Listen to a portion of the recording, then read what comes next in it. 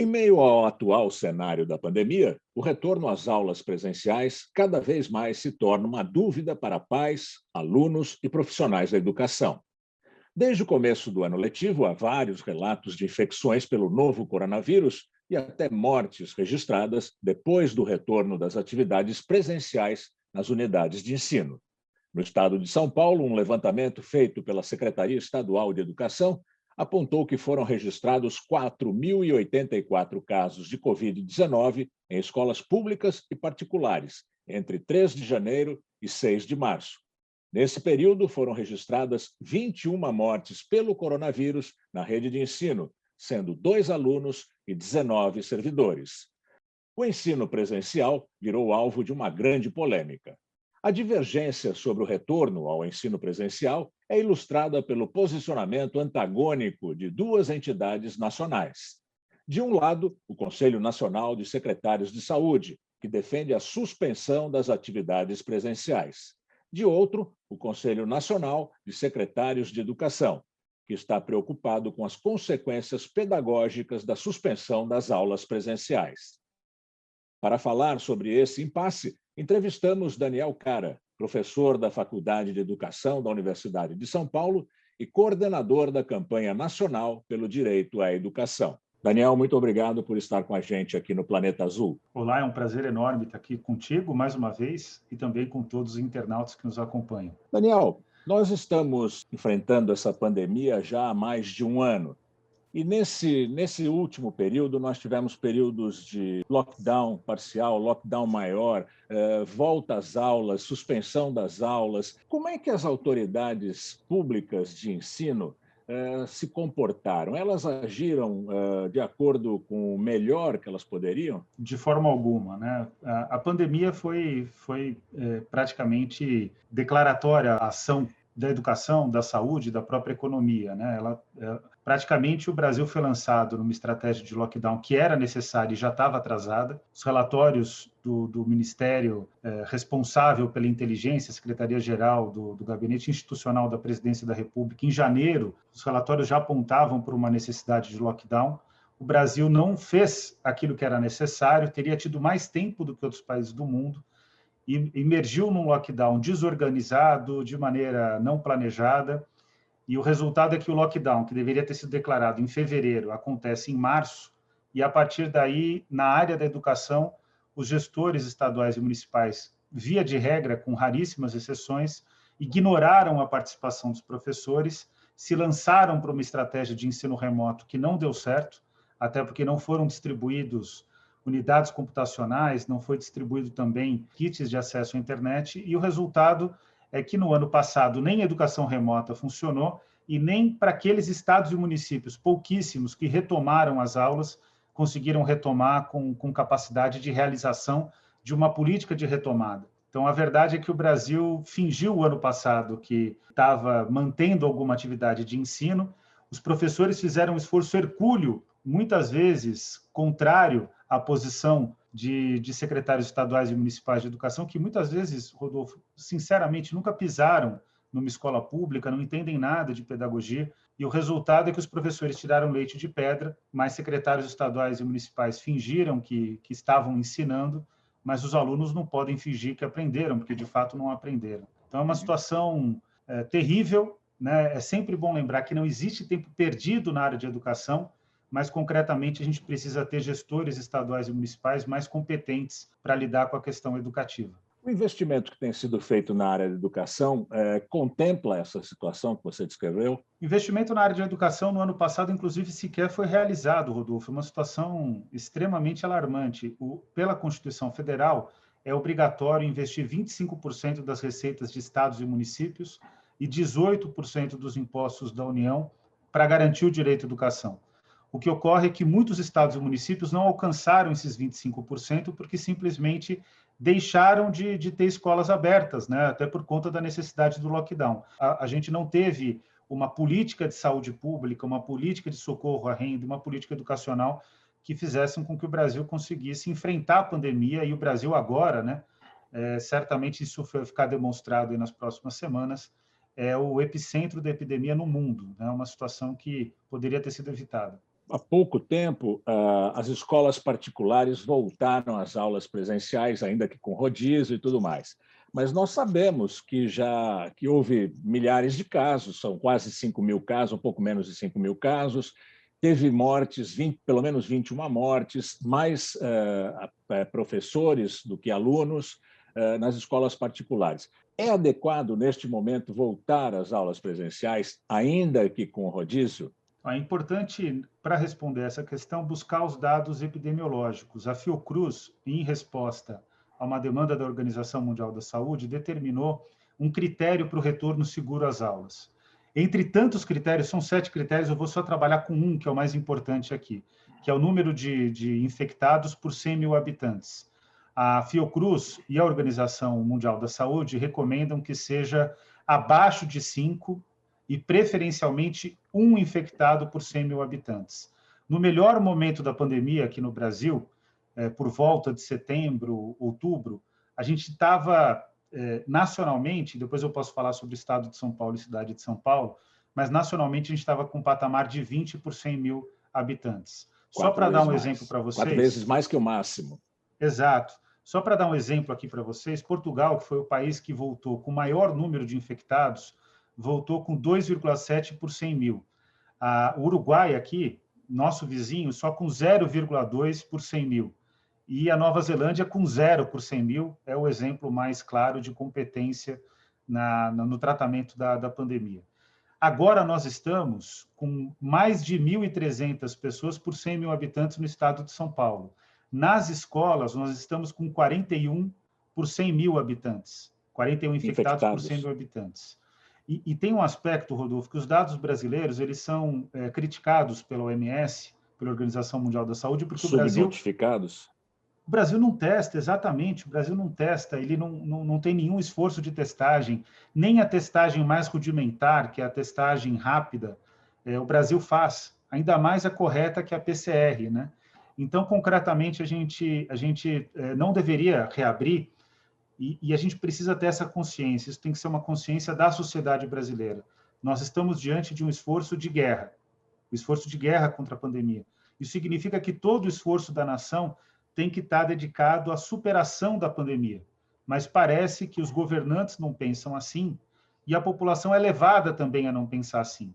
Ontem eu conversava com o economista Pedro Paulo Zalu Bastos, da Unicamp, que tem estudado a questão da pandemia. E ele me disse que o Estado de São Paulo precisaria de 280 bilhões de reais para socorro a micro e pequenas empresas. E aí eu apontava para ele, falei, bom, até porque micro e pequena empresa sobrevive só por 2 meses, porque precisa de fluxo de caixa, de capital de giro. E aí ele falou que essa quantia de recursos só pode ser orientada pelo governo federal. Os Estados Unidos acabou de aprovar um pacote, que é o pacote Biden, que foi reduzido no Senado dos Estados Unidos, que aponta aí trilhões de dólares, 1.400 dólares por cada cidadão americano, melhor dizendo, com necessidade. E no Brasil a gente está lutando nesses dias agora para ter um auxílio emergencial com um teto imposto de 44 bilhões de reais. Então, de fato, o governo brasileiro não se preocupa em enfrentar a pandemia. E por que essa preocupação em fazer com que os alunos voltem à aula? Qual é o motivo disso? É não paralisar a economia, supostamente? Existem vários aspectos e todos os aspectos são justos, esse é o ponto, né?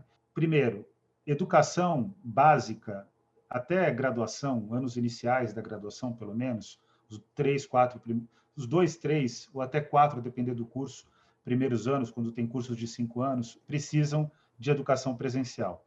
A educação presencial é necessária por motivos bastante estudados, tanto na ciência da didática, quanto na neurociência, como também no conjunto das ciências pedagógicas, né? Sem dúvida é mais produtivo o ensino presencial.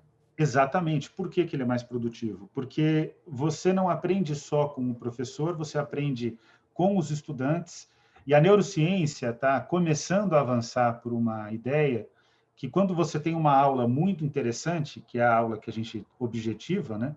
Ela estabelece uma sincronia cerebral, inclusive, entre aqueles que estão dentro da sala de aula.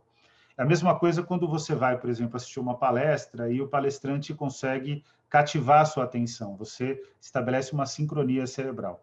Então, tanto por aspectos relacionais, como até mesmo por aspectos neurológicos e determinados pela neurociência, a educação presencial é necessária, especialmente quando o estudante tem maior dependência da relação de ensino-aprendizagem. Então, são as crianças da primeira infância, as crianças da segunda infância, os adolescentes e jovens. Eles precisam desse vínculo estabelecido. Então, a educação presencial é o que funciona. Porém, esse é o drama da situação, não é só o aspecto pedagógico que pesa. Outro aspecto importantíssimo é que, para a vida moderna, para poder garantir o trabalho dos pais, dos chefes de família, é necessário você ocupar o tempo de crianças e adolescentes. Então, existe uma demanda justa de pais e mães pelos estabelecimentos escolares. E existe uma questão econômica, que é uma questão que dialoga com a questão ocupacional, que é você garantir a ocupação dos pais, mas também fazer com que a formação das futuras gerações seja capaz de dar conta das necessidades econômicas. O problema concreto aqui, para dizer de maneira bem categórica em termos científicos, né, o problema concreto que nós temos hoje é a questão ocupacional, porque tanto a ausência de aula para as crianças e adolescentes, como também a questão do crescimento econômico futuro, pode ser resolvida numa estratégia bastante orientada, pedagógica, de recuperação do tempo perdido durante a pandemia. Até porque, Rodolfo, a pandemia ela fornece outras aprendizagens que vão fazer parte agora do repertório.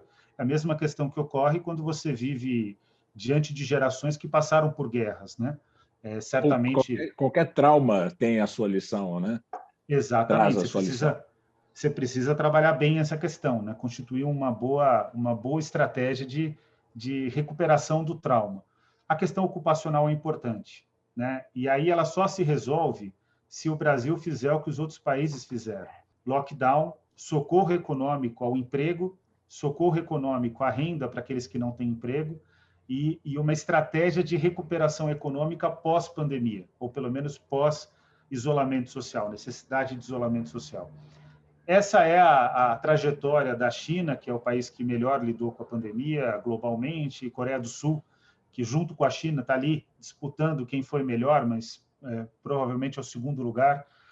Nova Zelândia, que no mundo ocidental é o país que melhor lidou com a pandemia de longe, mas agora, cada vez mais, a França do Macron, que é um político de matriz ultraliberal e que defende o socorro às empresas, inclusive.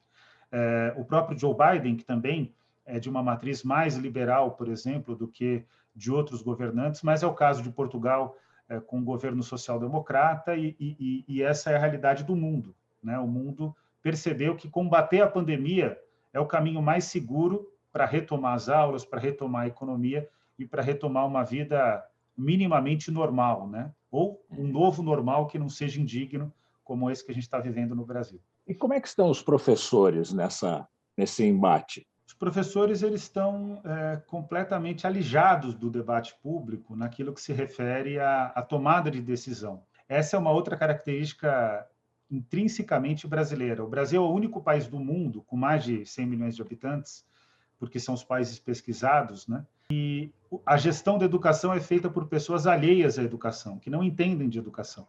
E, normalmente, elas ignoram o papel dos professores. E esse é um erro gravíssimo, é um erro para implementar a educação à distância e um erro para discutir a retomada das aulas. As escolas brasileiras não estão adaptadas para uma retomada de aula segura diante da pandemia. A questão central é ventilação. A ventilação, muitas vezes, as pessoas pensam que é uma questão meramente arquitetônica, mas não é. Precisa conversar com os professores, porque os professores determinam a maneira como se dá a circulação dentro da sala de aula, inclusive, especialmente para as crianças mais pequenas, né, as crianças menores.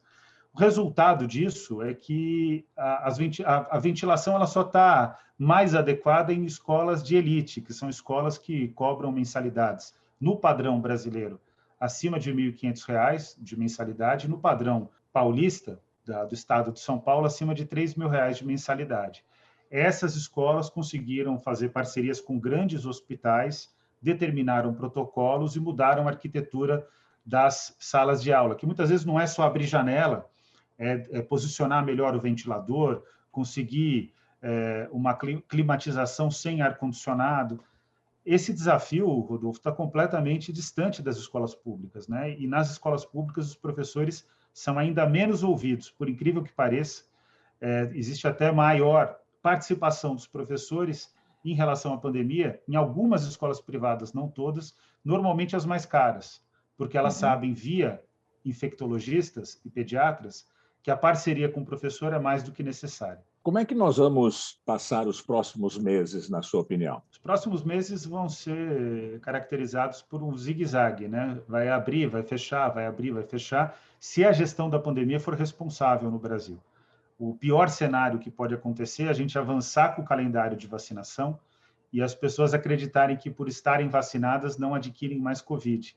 Tanto elas adquirem Covid, como elas podem ser responsáveis por mutações gravíssimas da Covid, por novas variantes, já com capacidade de driblar o sistema imunológico estabelecido pelas vacinas. Então, se o Brasil for responsável, vai ser um processo de vai e vem. E eu espero que, nesse processo de vai e vem, os professores, de fato, sejam ouvidos, né? O que é importante observar é que os professores organizam greves, Rodolfo. E essas greves vão eclodir no Brasil todo e com razão. Eles estão chamando esse movimento de greve sanitária e a liderança desse movimento é por um movimento que não é nem de base sindical, mas é um movimento que surge na cidade de São Paulo chamado Escolas em Luto e depois substituiu para Escolas Sem Luto.